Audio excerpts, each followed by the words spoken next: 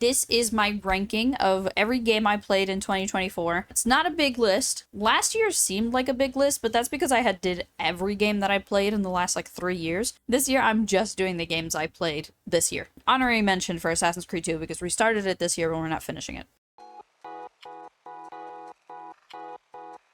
I Am Bread. I definitely liked I Am Bread more than I Am Fish. I had more challenges with it afterwards, like doing my finale stream and like trying to play as the different types of bread, like the bagel and the baguette, like, you know, the ones you see in the image here. But the game itself was good. Overall, I Am Bread is going to go under that's pretty good. Next is Caseppi's. Oh my gosh. Guys, hold on. Where's my phone? I beat the main story of Caseppi's, and if you were there, you'd know I was bawling my eyes out. I was so sad to leave the world and the characters behind. I guess spoilers. I might talk about spoilers for any of the games on this list, so if you care, spoiler warning. I tweeted this out when I beat the game. Sorry if my outro for Caseppi's felt a little off. I get attached to video game characters so easily, so that ending got me. I love the game a lot and can't wait to play the DLC next week. To which, sorry if I butchered this, Jay Bayless is a co-founder, art and game director. No, wait, I think for Caseppi's they do art, animation, design, and worlds. But anywho, he responded to my tweet saying, watch the VOD of your ending playthrough this morning. Glad you enjoyed the game and you were so positively impacted by it.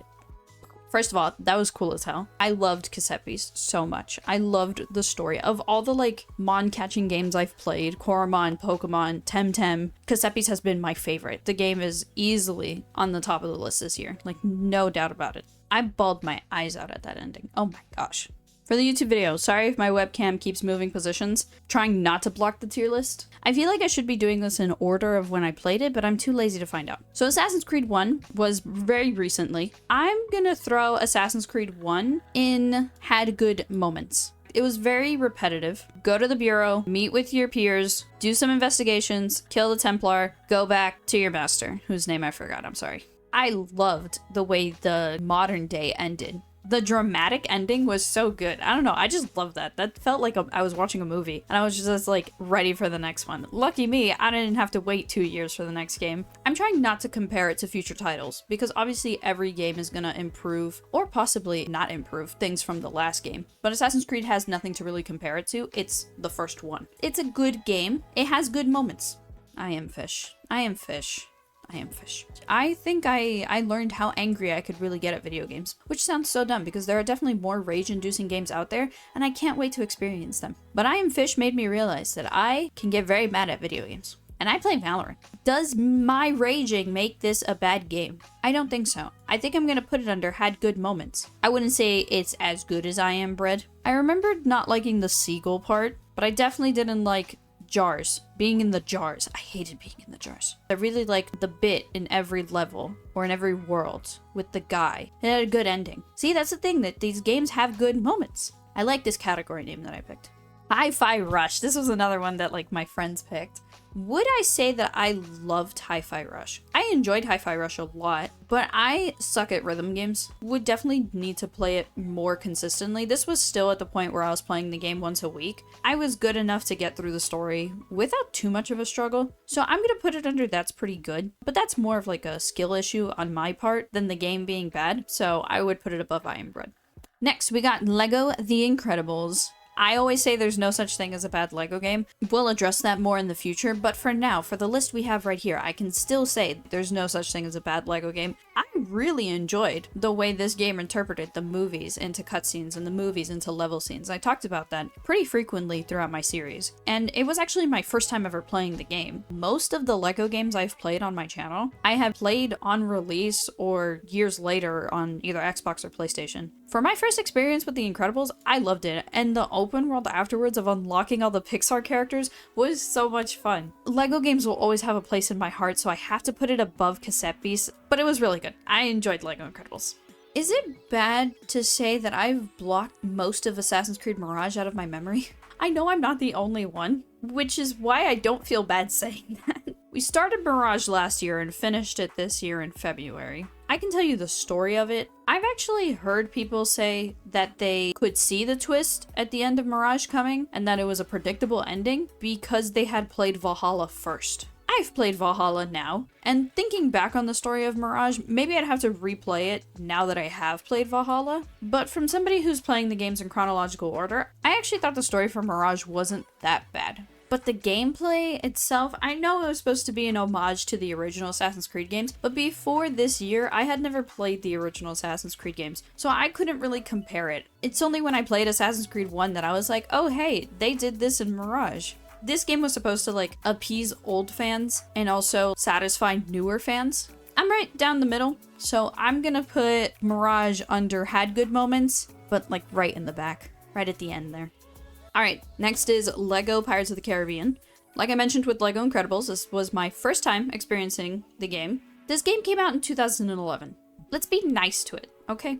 Dialogue wasn't a thing for LEGO games at the time. It's not easy to adapt a film with dialogue to now a very, very condensed, because those movies are long as very condensed version of the movie into Lego format, and you also have no dialogue and you're limited to Lego for your cutscenes. So with all that being said, I'm trying not to be too harsh on the game. I want to put it under that's pretty good, but I'm gonna put it over Hi-Fi Rush. It's also a very small game. There's no open world, there's a hub, and the hub was fun to explore in my finale stream if you didn't see that. You basically just run around like the harbor. You also go to Diadama's like swamp area, you go to the lighthouse. You do get like a little bit of exploration in the hub world, which is pretty good. Maybe I would move it if it was like at the end of the list before a couple other things here. But we'll see. We gotta keep going. Got a couple other games to go through, so we'll see. The ranking may change for LEGO Pirates of the Caribbean, but as of right now, it's on the top of that's pretty good.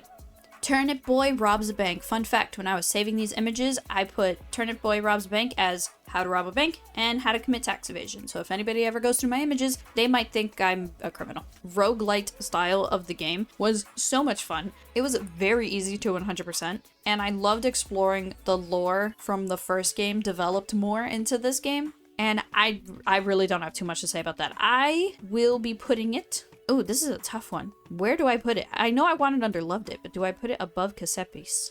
I'm gonna put it under Casepis. I don't think I loved it more than Casepis, but I definitely didn't love it more than LEGO Incredibles. I'm gonna change up the order. I'm actually gonna do Turnip Boy Commits Tax Evasion next, because I would say that's pretty good.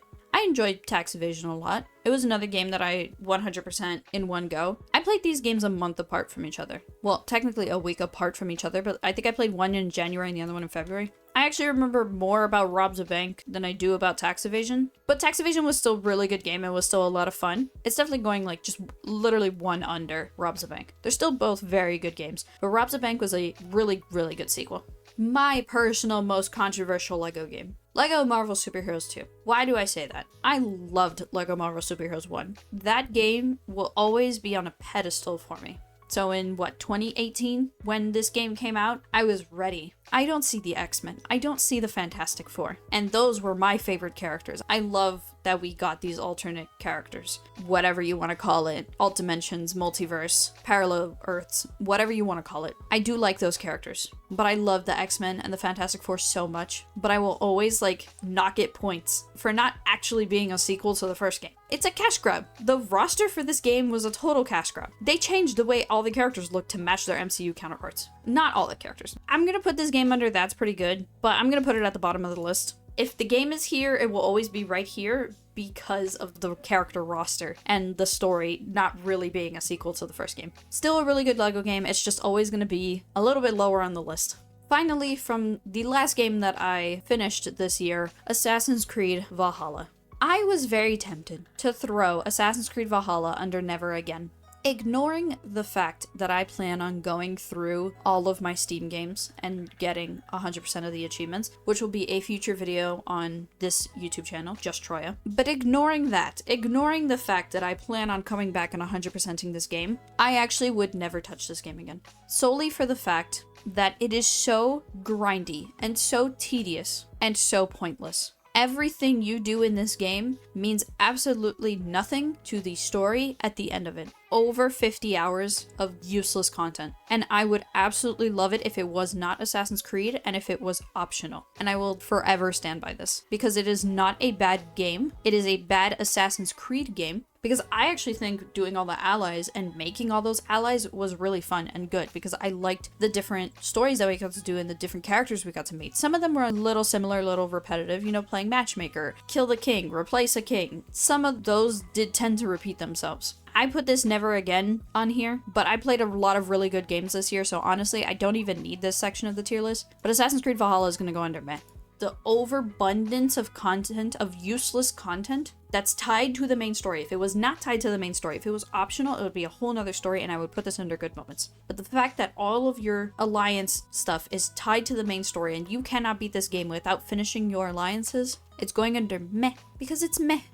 We got an honorable mention for Assassin's Creed 2 because I did start it this year. Looking at the calendar, I'm probably not going to beat the game before the new year. So right now, I'm enjoying Assassin's Creed 2. I had someone in my chat tell me that Ezio has worse parkour than Altair. Anyone who thinks that, I strongly disagree. I think you need to replay Assassin's Creed 1 because Altair pisses me off. Ezio's a little annoying, but Altair, ugh. I'm going to put Assassin's Creed 2 for now, temporarily, under has good moments, and I would put it above Assassin's Creed 1. And that's it. That's my tier list for the games I've played in 2024. We can delete the never again row. This is my tier list.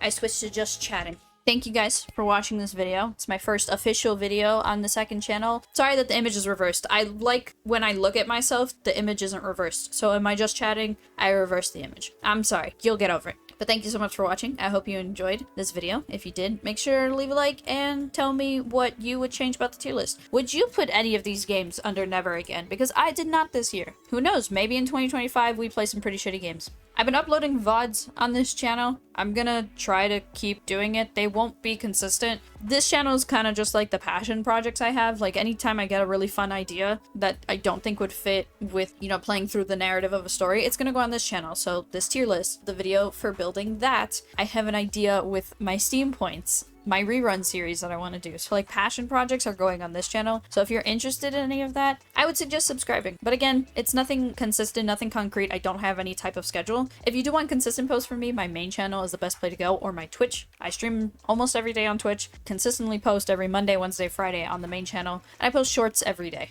I also post TikToks and Instagram Reels every day. But that's it. Yeah, I'm just kind of self-advertising. If you've made it to the end, just check out everything I do. Hope you guys have a great rest of your day, evening, afternoon, whatever time zone it is for you. And I will see you next time. Bye!